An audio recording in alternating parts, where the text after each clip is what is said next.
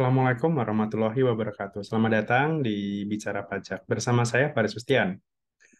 Em, Pada video kita kali ini masih seputar membahas PPh UMKM ya, atau PP 23 tahun 2018 yang kalau di video sebelumnya kan saya sempat menyinggung bahwa untuk saat ini orang pribadi ya, khusus orang pribadi UMKM itu kan mendapatkan insentif berupa PTKP sebesar 500 juta untuk omset setahun gitu ya. Jadi asumsinya misalkan Anda sebagai pelaku UMKM, punya usaha UMKM, bidang apapun, katakanlah omset dalam satu tahun, misalkan tahun 2022 ini, omset Anda misalkan katakanlah 1 miliar misalkan. Nah, kalau di aturan yang lama atau sebelum adanya Undang-Undang HPP, itu kan Anda harus bayar 1 miliar kali setengah persen gitu ya, setengah persen setiap bulannya gitu ya. Omset per bulan berapa kalikan setengah persen gitu. Nah, setelah adanya Undang-Undang HPP kemarin, harmonisasi peraturan perpajakan, ada insentif khusus untuk pelaku UMKM orang pribadi, yakni PTKP sebesar 500 juta. Nah, itu diambil dari misalkan tadi 1 miliar, kita kurangkan dulu sebesar 500 juta, berarti kan ada selisih ya 500 juta juga ya. Nah, 500 juta baru dikalikan setengah persen. Jadi ada apa ya? Ada lumayan ya setengahnya gitu ya, setengahnya untuk bisa saving seperti itu. Ini sebagai sebenarnya kelanjutan dari insentif COVID yang kemarin gitu ya. Kalau kemarin kan selama ada COVID kemarin, kan insentif untuk UMKM kan istilahnya tidak perlu bayar pajak gitu ya selama 1 tahun penuh selama COVID kemarin. Nah, setelah COVID sekarang agak mereda gitu, nah insentifnya itu dilanjutkan dalam bentuk yang 500 juta ini gitu. 500 juta ini tidak perlu bayar pajak. Nah, tapi kemudian Pak, bagaimana kalau omset saya setahun itu 400 juta, kemudian tahun depannya juga sama, 300, 400, dan sebagainya. Ya berarti ya otomatis ya selama setahun Anda nggak perlu bayar pajak, seperti itu. Karena memang di bawah 500 juta.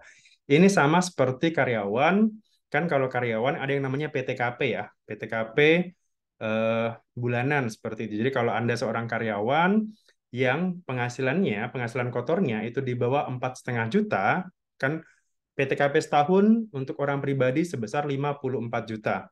Kalau itu kita bagi 12 bulan, hasilnya adalah 4,5 juta.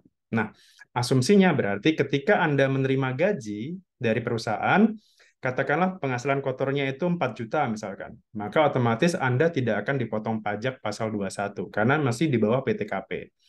Nah, hal itulah yang melatar belakangi kenapa ada PTKP sebesar 500 juta tadi untuk UMKM. Jadi biar fair, biar biar adil ya, biar adil. Dari sisi karyawan ada PTKP sebesar 4,5 juta tadi per bulan. Dari sisi apa namanya? Dari sisi pelaku UMKM-nya juga sama mendapatkan PTKP juga gitu. Hanya memang aturan ini tidak berlaku untuk yang wajib pajak badan. Jadi hanya berlakunya untuk yang wajib pajak orang pribadi. Nah, berikutnya adalah misalkan, Pak, saya baru tahu aturan ini. Saya sudah terlanjur bayar per bulan dari Januari 2022, saya sudah terlanjur bayar sebesar setengah persen dari omset saya tiap bulannya. Nah, itu apa yang harus saya lakukan seperti itu. Nah, ada yang namanya mekanisme PBK, pemindah bukuan seperti itu. Jadi, pemindah bukuan itu bisa istilahnya bisa memindahkan setoran yang awalnya salah itu ke yang mau kita tuju seperti itu. Jadi katakanlah ini saya ambil artikelnya ya. Jadi saya coba share artikelnya lagi. Oke, jadi di sini saya ambil artikel dari DDTC. Nah, apabila kita sudah terlanjur setor PPh final, tapi omsetnya belum mencapai 500 juta, wajib pajak UMKM tersebut bisa di PBK. Bisa PBK ya, PBK itu pemindah bukuan. Gitu. Nah, seperti apa teknisnya? Kayak tadi ya, misalkan katakanlah saya ini usaha dari Januari sampai sekarang bulan November misalkan, omset saya sampai sekarang itu katakanlah sampai sekarang 800 juta misalkan. Atau per bulan deh, per bulan 100 juta deh gitu. Per bulan 100 juta. Artinya sampai dengan Oktober kemarin selesai itu berarti ada sekitar 100 kali 10 berarti ada 1 miliar. Jadi selama tahun 2022 ini omset saya sudah 1 miliar gitu. Nah, sementara karena saya nggak tahu aturan 500 juta itu, saya tiap bulannya setor. Tiap bulannya setor sebesar 100 juta, asumsi omset tiap bulan 100 ya. 100 juta kali setengah persen. Nah, saya baru tahu nih Pak, ternyata ada pengurang 500 juta ini. Nah, apa yang harus saya lakukan untuk bisa uang saya ini dikembalikan seperti itu? Karena kan sebenarnya ya dia nggak perlu bayar pajak gitu ya. Dia nggak perlu bayar pajak untuk yang 500 juta di awal tadi gitu. Jadi paling tidak asumsi kalau 500 juta per bulan berarti paling tidak dia tidak perlu membayar pajak selama 5 bulan seperti itu. 5 bulan ya dari Januari sampai bulan Mei. Di bulan Juni, Juli sampai sampai nanti sampai Desember ya dia tetap harus bayar sebesar selisihnya sebesar setengah persen dari omset tiap bulan setelah setelah dikurangi 500 tadi seperti itu. Nah, ada yang namanya mekanisme PBK di sini, pemindah bukuan gitu. Jadi misalkan tadi ya, wajib pajak bisa mengajukan pemindah bukuan. Kalau misalkan ternyata terjadi kesalahan penyetoran tadi, gitu. Jadi wajib pajak bisa memindahkan pajak yang sudah terlanjur dibayar ke masa pajak yang sesuai. Misalkan gini, tadi kan sudah terlanjur bayarnya 5 bulan nih, dari Januari sampai bulan Mei. Nah, kan kita belum bayar, misalkan untuk masa kapan nih? Untuk masa misalkan untuk masa Oktober, November, Desember gitu ya. Ya udah kita pindahkan aja yang sudah terlanjur kita bayar tadi 5 bulan tadi kita pindahkan untuk masa masa Oktober, masa November, masa Desember. Untuk teknis pengajuan PBK-nya sendiri itu silakan Bapak Ibu bisa datang langsung ke KPP ya, ke KPP terdaftar atau nanti tunggu saja karena saat ini sudah ada namanya IPBK, jadi PBK secara elektronik tapi memang baru terbatas hanya di beberapa KPP saja, tidak semua KPP. Jadi mungkin baru tahun depan ya, itu apa diimplementasikan ke seluruh kantor pajak gitu. Jadi jadi ketika misalkan kita mau PBK, Bapak Ibu tidak perlu datang ke kantor pajak, cukup misalkan input di DJP online misalkan untuk bisa diproses PBK-nya tadi. Dari yang seharusnya tidak bayar tadi kita alihkan ke masa pajak yang lainnya seperti itu. Nah, ada juga solusi yang kedua selain PBK tadi ya, selain PBK ada juga di sini adalah wajib pajak itu juga bisa mengajukan permohonan pengembalian atas kelebihan pajak yang semestinya tidak terutang di sini. Seperti apa? Kan sebenarnya misalkan gini asumsinya kan em, omset saya ini benar-benar di bawah 500 nih. Saya sampai dengan sekarang, misalkan masa Oktober gitu ya, omset saya baru 300 juta misalkan. Setahun mungkin tidak sampai 500, mungkin hanya 450 misalkan.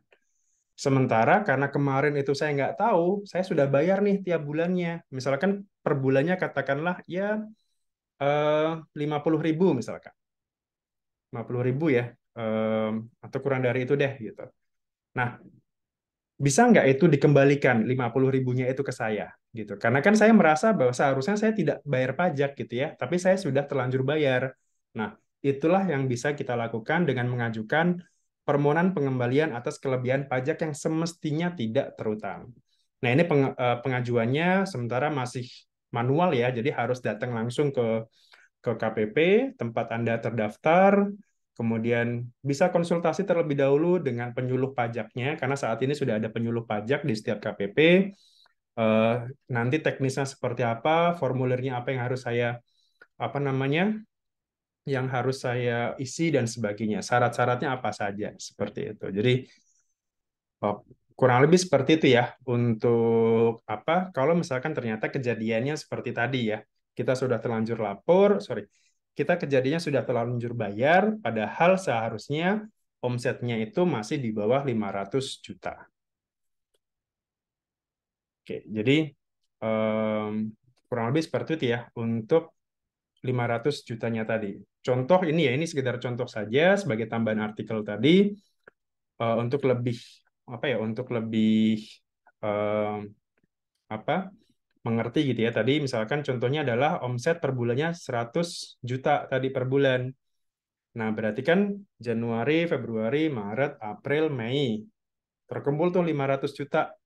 Nah, Januari sampai Mei seharusnya tidak perlu bayar pajak. Nanti di bulan, misalkan di bulan Juni, 100 juta juga, maka 100 jutanya itu baru dikalikan 0,5%. Sampai nanti di bulan Desember. Kemudian tahun depannya gimana, Pak? Tahun depannya apakah mulai dari nol, lagi, ataukah melanjutkan? Jawabannya mulai dari nol lagi. Jadi 500 juta ini sifatnya per tahun.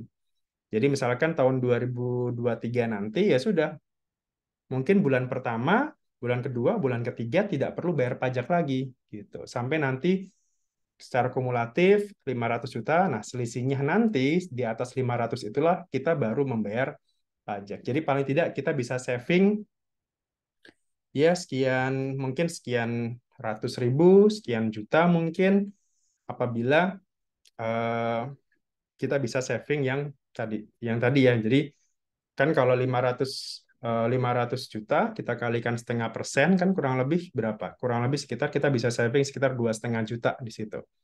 2,5 juta per bulan ya, gitu kan lumayan gitu. Jadi awalnya misalkan katakanlah kita seharusnya bayar pajaknya itu apa 0,5% dari misalkan dari 1 miliar misalkan gitu. 0,5% dari 1 miliar kan berarti sekitar 5 juta. Nah, dengan adanya pemotongan ini atau apa namanya 500 juta ini, dari yang awalnya tadi kita harusnya bayar 5 juta, kita cukup bayar setengahnya saja ya, 2,5 juta gitu. Jadi lumayan membantu juga, tapi ingat ini hanya untuk yang orang pribadi saja gitu. Badan aturannya masih sama, tetap harus bayar tiap bulan kalau memang dia masih statusnya adalah UMKM ya gitu. Karena memang badan itu jangka waktunya lebih cepat, hanya 3 tahun dan juga 4 tahun. Dan ingat, badan ini tidak semuanya badan ya, maksudnya tidak semua jenis badan, hanya PT, CV, firma, dan koperasi saja. Di luar itu seharusnya dia tidak boleh memakai UMKM. Oke, demikian. Semoga informasi ini berguna bagi Anda. Silakan tinggalkan di kolom komentar apabila ada pertanyaan. Dan mohon maaf kalau ada kekurangan. Silakan share, kemudian like, subscribe channel ini apabila berguna bagi Anda. Sampai jumpa lagi di video berikutnya. Assalamualaikum warahmatullahi wabarakatuh. Salam.